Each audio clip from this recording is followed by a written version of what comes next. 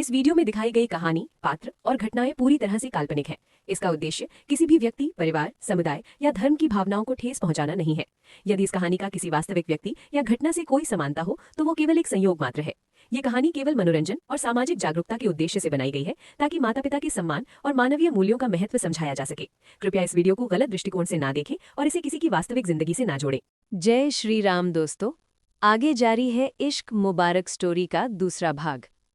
पिछले भाग रक्षित group of industries के मालिक रक्षित अपने बड़े बेटे आकर्ष की शादी कुछ कूटनीतिक कारणों के चलते गांव के मुखिया की इकलौती बेटी धृति से करा देते हैं।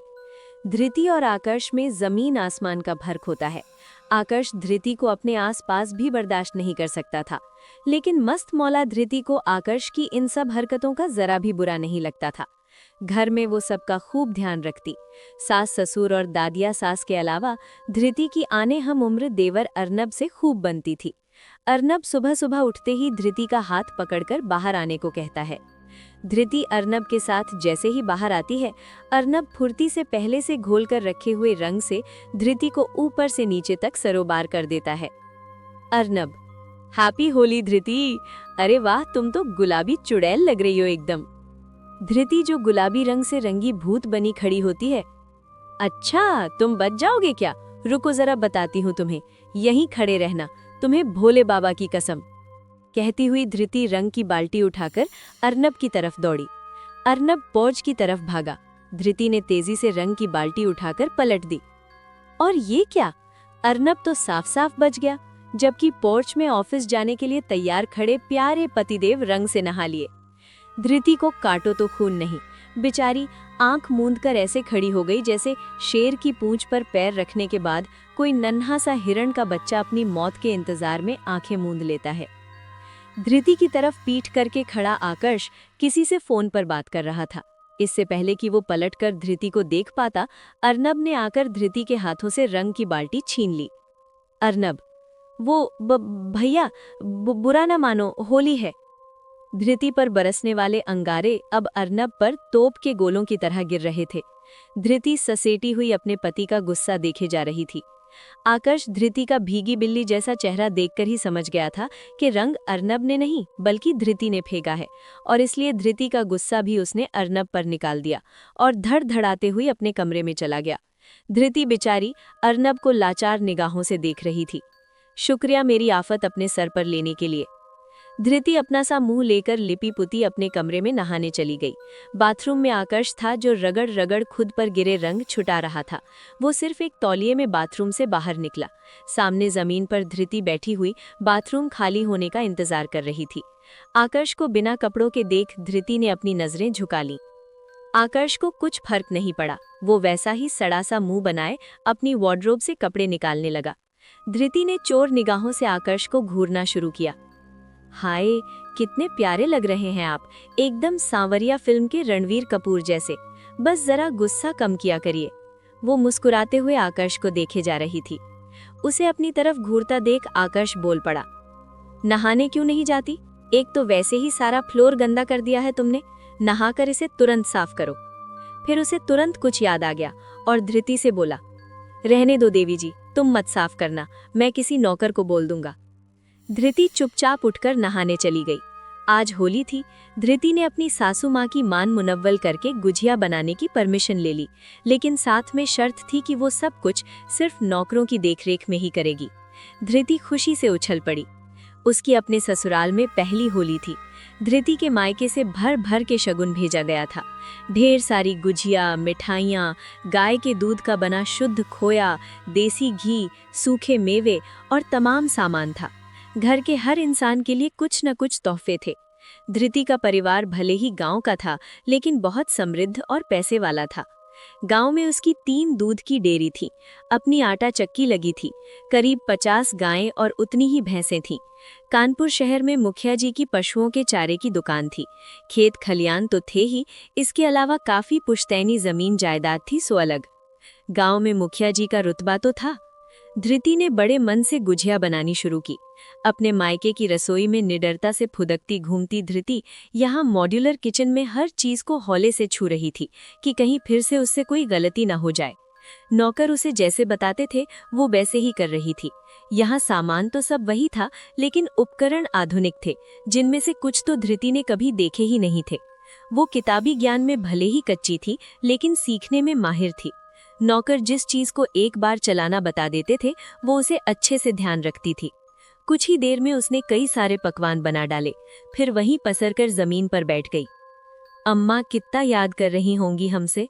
हमसे तो किसी ने पूछा तक नहीं मायके जाने के लिए। बेचारी अकेले ही सब बनाई होंगी।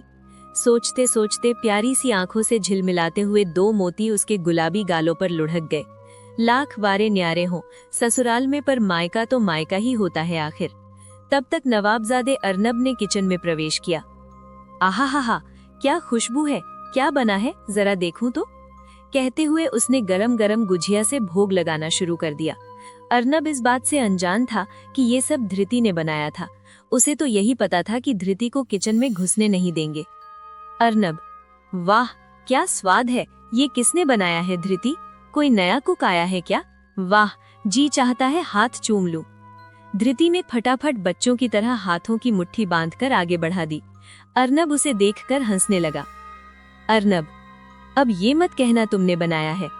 धृति बोली, हाँ हाँ मैंने ही बनाया है। अर्नब, तुम्हें किचन में किसने घुसने दिया? धृति, मम्मी जी ने। अर्नब, आज तो ये गुजिया खाने के बाद मम्मी पापा तो क्या, मेरे प्यारे भैया भी तुम्हारे फैन हो जाएंगे। धृति, अच्छा जी। अर्नब, मीठा तो बहुत पसंद है उन्हें। धृति, बातें तो करेले जैसी करते हैं आपके भैया। अर्नब थोड़ा सा सीरियस हो जाता है। तुम्हें बुरा लगता होगा ना, वो तुम्हें जरा भी इम्पोर्टेंस नहीं देते। धृति ने गुजिया खाते हुए बोला, ना बिल्कुल नहीं, बस जब डांटते हैं तो लगता है मार ही डालेंगे। इतना कहकर वो 4 गुजिया प्लेट में रखकर दादी माँ के कमरे में भाग गई। रात में घर का माहौल ही अलग था। सबकी जुबान पर धृति की गुजियों के स्वाद की तारीफ थी, सिवाय आकर्ष के। वैसे तो सबकी नजर बचाकर 5-6 गुजिया साफ कर चुका था वो, लेकिन धृति की तारीफ कैसे करता? उस गवार की तारीफ तो उसे अपनी बेइज्जती महसूस होती। डिनर के बाद सब अपने अपने कमरे में चले गए। जब काफी देर तक आकर्ष कमरे में नहीं आया तो धृति ने बाहर नौकरों से पूछा, छोटे मालिक कहाँ हैं? ऊपर बार में, कहकर नौकर नीचे चला गया। धृति सीढ़ियों से ऊपर गई तो ऊपर का नजारा देखकर हैरान रह गई। एक बड़े से हॉल में कांच का गोल काउंटर बना हुआ था, जिसमें तमाम महंगी से महंगी और पुरानी से पुरानी शराब की बोतलें रखी थीं। काउंटर के पास पड़ी सोफानुमा बड़ी सी कुर्सियों पर आकर्ष और उसके पिता रक्षित बैठे जाम लगा रहे थे। यही एक जगह थी जहां आकर्ष अपने पिता के साथ कुछ देर बात कर लेता था, वरना जब से उन्होंने धृति से उसकी शादी कराई वो तो अपने पिता से सीधे मुंह बात भी नहीं करता था। घोर कलयुग। वो अपने दोनों हाथों को कानों से छुआती हुई बोली, बाप बेटा एक साथ बैठे जाम छलका रहे हैं। हमारा कोनो भाई होता और ऐसन करता तो पिताजी बेल्टे बेल्ट सूद देते। बेल्ट से उसे अपने गांव की सहेली रिंकी और मोनी की याद आ गई। रिंकी के ब्याह को तो 3 महीना भी नहीं हुआ था। जब मायके आई तो उसने बताया कि उसका आदमी रोज रात को शराब पीकर आता है और उसे बेल्टों से खूब पीटता है। मोनी का भी यही हाल था। मोनी उसकी अम्मा को बता रही थी कि चच्ची, ये शराब अच्छे खासे मर्दन का हैवान बनाई देत है। हमार मर्द रोज रात को बिना बात के मारा पिटाई शुरू कर देता है। का करी चच्ची, बताओ, जिया नहीं जात ऐसन आदमी संगे। मासूम धृति कांप गई। अगर इन्होंने भी यही किया तो? रिंकी की तो लव मैरिज थी, तब उसका मर्द इतनी कुटाई करता है। यहाँ तो शुरू से ही इनने हम पर तलवारें तान रखी हैं, और अगर आज पीट दिए तो? डर के मारे उसके पसीने छूट रहे थे। अचानक उसकी नजर आकर्ष की कमर पर बंधी प्योर लेदर की काली चिकनी बेल्ट पर पड़ी। उसने डर के मारे अपनी आंखें ही मूंद ली और दनाती हुई अपने कमरे में चली आई। इधर बार में रक्षित आकर्ष से नए प्रोडक्ट की लॉन्चिंग पर डिस्कस कर रहे थे। रक्षित, 3 दिन की डेट फाइनल की है मैंने। तीनों प्रोडक्ट्स हम एक ही इवेंट में लॉन्च कर देंगे। मीडिया को भी इनवाइट किया गया है, इसलिए पूरा परिवार वहां हो तो ज्यादा अच्छा रहेगा। आकर्ष जो अपने गिलास में बर्फ के टुकड़े डाल रहा था, पूरा परिवार होगा, लेकिन अगर आपकी परिवार की परिभाषा में वो देहाती भी है तो आई एम सॉरी, उसे लेकर मैं कहीं नहीं जाऊंगा, किसी इवेंट में तो बिल्कुल नहीं। रक्षित गुस्से से गिलास टेबल पर पटकता हुआ उठ खड़ा हुआ। आप शादी जबरदस्ती करवा सकते हैं, रिश्ता जबरदस्ती नहीं बनवा सकते। कोशिश भी मत करिएगा। आपकी बहू है, आप साथ लेकर जाइए। मैं अपनी बीवी बनाकर उसे कहीं नहीं लेकर जाऊंगा। कहकर आकर्ष 4-5 गिलास एक ही सांस में गटक गया और गुस्से से पैर पटकता हुआ अपने कमरे में चला आया। वो भयंकर नशे में था। उसकी आंखें गुस्से से लाल थीं। वो बिस्तर पर धड़ाम से गिर गया। तभी उसकी नजर सामने सोफे पर पड़ी। उसकी आंखें सही से खुल भी नहीं पा रही थीं। उसे लगा सामने सोफे पर कपड़ों का पहाड़ सा लगा हुआ है। ये औरत क्या क्या करती रहती है मेरे कमरे में रहकर। इतनी बेतरतीबी से कपड़े सोफे पर फैला रखे हैं और जरा भी चिंता नहीं है इसे। वो धीरे से उठा और लड़खड़ाता हुआ सोफे की ओर बढ़ने लगा। उसे लगा कपड़ों का ढेर हिल रहा है। वो गौर से देखने लगा और एक एक कपड़ा हटाने लगा। आखिर में एक मोटी सी ब्लैंकेट उसने जोर से खींची तो अंदर डर से कांप रही धृति बैठी थी। तुम? आकर्ष आंखें खोलकर उसे देखने की कोशिश कर रहा था।